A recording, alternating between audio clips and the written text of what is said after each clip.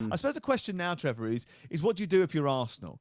Do you continue with Mikel Arteta? You mentioned it there. We heard you in the clip saying you don't like to call for managers to be fired, but you have to ask the question, don't you, after this length of time and with situations repeating themselves more often than not, is he the right guy to take this club forward? I'm not so sure. I mean, obviously he's had a glowing review from Pep Guardiola when he took the job. He won the FA Cup, and obviously that gave him a little bit of time because parts of last season were very poor as well.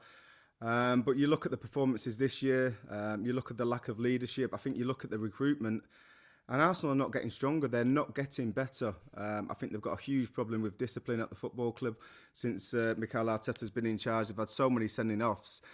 And I just look at the shape of that team, and you look at the spine of that team, and I don't think they'd do well in the Championship with that spine. I really don't. I think it's a weak team. I think, like I said, I know they've got injuries, but you've got to play a system to get your best players in the team and be able to compete. And at the moment, Mikel Arteta's not doing that. That's a massive call, though, to say that they might struggle in the Championship, Trevor. I think they would. I think you look at Xhaka, he's got a real lack of discipline. I think Odegaard, would you think, I'm playing against Odegaard today, I'm going to have to be on it, I'm going to be chasing him beyond lines, I'm going to have to win the second balls, I'm going to have to be really alert. I think he's a nice football player, but I don't think he's a player where a lot of centre midfielders think, oh my God, I've got to play against him today. What a nightmare. I'm going to have to really put a shift in. I don't look at, he's a nice footballer, and I think you look at a lot of the Arsenal players and they're too nice. They're too nice, and like, been saying that for when years, you go, when you used to play against Arsenal, or when you used to play against Manchester United, or when you used to play against the Liverpool sides, which you thought, like everything's got to be spot on. You've got to get your pre-match right. You've got to get your setup right. You've got to get your formation right. You've got to get your game plan right. If anything's off, you are getting absolutely battered. I don't think that about Arsenal. I think you can turn up against Arsenal and put in a 7 out of 10 performance and win games if you're a Premier League side. And that is not the Arsenal that I know. Just on the game as well, Trev, and you're right with what you say, but the back three and the defending. I mean, I look at the back three and you go, I know they've not got Ben White, but you go Chambers, Holding, and Kolasinac. Like, come on, like that is not an Arsenal defence. And I mean, they've spent so much money and it still just doesn't look right. But the pride in their defending was absolutely embarrassing because they actually started the game okay. They looked like they could cause City some problems. But first chance they get, Chambers gets done back post, 1-0 down, and then the second goal for the set piece was shambolic as well. It's just there's got to be pride in your performances, and I just don't feel like they've got that at all. Well, I mean, I was fortunate to be at Anfield with Sam on Saturday, and we seen Chelsea go down to 10 men, and the resilience, the togetherness, the work ethic, the organisation, men being leaders and taking responsibility on the pitch and having a bit of desperation to keep the ball out of the back of the net was all there to see. I mean, was it also an example of a manager having an influence tactically on a team that had gone down to 10 men and were facing a difficult situation, Trevor? Well, we said this last night, and we spoke about this in depth. And you just mentioned the first two goals, Jamie. The third goal for me was the one because Xhaka's just been sent off.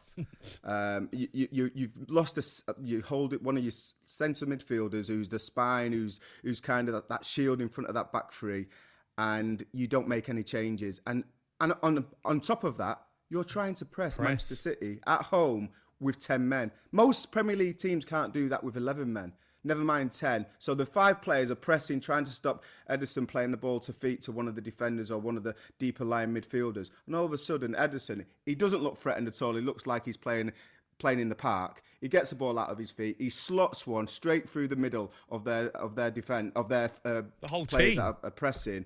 And with two passes later, the ball is in the back. I mean, any philosophy worth its salt, one of the main ingredients, and it's almost rule one, be difficult to have goal scoring chances created against you. That is not Arsenal at the moment. So whatever philosophy Mikel Arteta's got going or wants to try and implement on his players, rule one should be make it difficult for teams to create opportunities, and that's not the case. You two boys would have been in dressing rooms where you've played in teams where things aren't going particularly well, and somebody more so gets sent. Somebody lets the team down, gets sent off, or does something stupid. What happens in the dressing room afterwards? Well, I'll be having it with Xhaka. Absolutely. I would be fuming off that, because how many times do you want to let your team down? He's done it so many times before. You know you can't go in two-footed. And then you hear all this, rubbish. You say, it shows spirit and, fight. No, it doesn't. You're an idiot. You've killed the team. It's hard enough as it is. We're 2-0 down against Man City. Backs against the wall, and you're going in two-footed and a nothing tackle, which wasn't even worth going in for. It just shows their sort of ill discipline that they've got in the side. They've got no leadership qualities. There's no one actually going to stand up and take the game by the scruff of the neck, doesn't it? I mean, you look at it last week. Pablo Mari had an absolute nightmare against Romelu Lukaku. He is a new signing, someone who has been brought in under Arteta's watch. He's bombed out for Kolasinac this week. I mean, what sort of message does that send? Well, he keeps changing it. Sorry, Trev. He keeps changing the team. Just keeps changing. Well, the formation is a problem. Some players find it difficult to pick up formations and pick up where they're supposed to be in and out of possession. But changing every week, there's slight differences with, say they're playing a 3 against Manchester City, and then they play a 4-3-3, then they play a 3-4-3, and all of a sudden the players don't know when to press. It should be second nature because you're doing it and you're repeating it week in, week out. They're not doing that. At half time, you can educate, you can help, you can have a discussion about certain things. But from that first half performance from Arsenal, it's time for a dressing down. And I'm not sure how much of that Arteta's got. And I say that not because I'm just, throwing a little shout out there. When Xhaka gets sent off, if that's me as manager of Arsenal Football Club, I am seething, because it's a ridiculous challenge. It's not like he's going to score. There's no need to go to ground. There's no need to fly in two-footed challenge like he did. I am seething. He goes up to him. I mean, I almost seen him discussing it when he was looking on the monitor. Like, what? How can that be a red?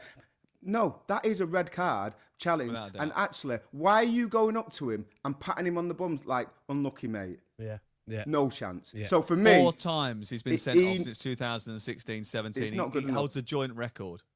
For me, if I'm manager, listen, you're not getting him up against a wall, but you are having it out with him at half time, saying he's let his teammates down, absolutely crap from him, and then you're galvanising the rest of the boys, saying, can you go out there and keep it at least 0-0 second half?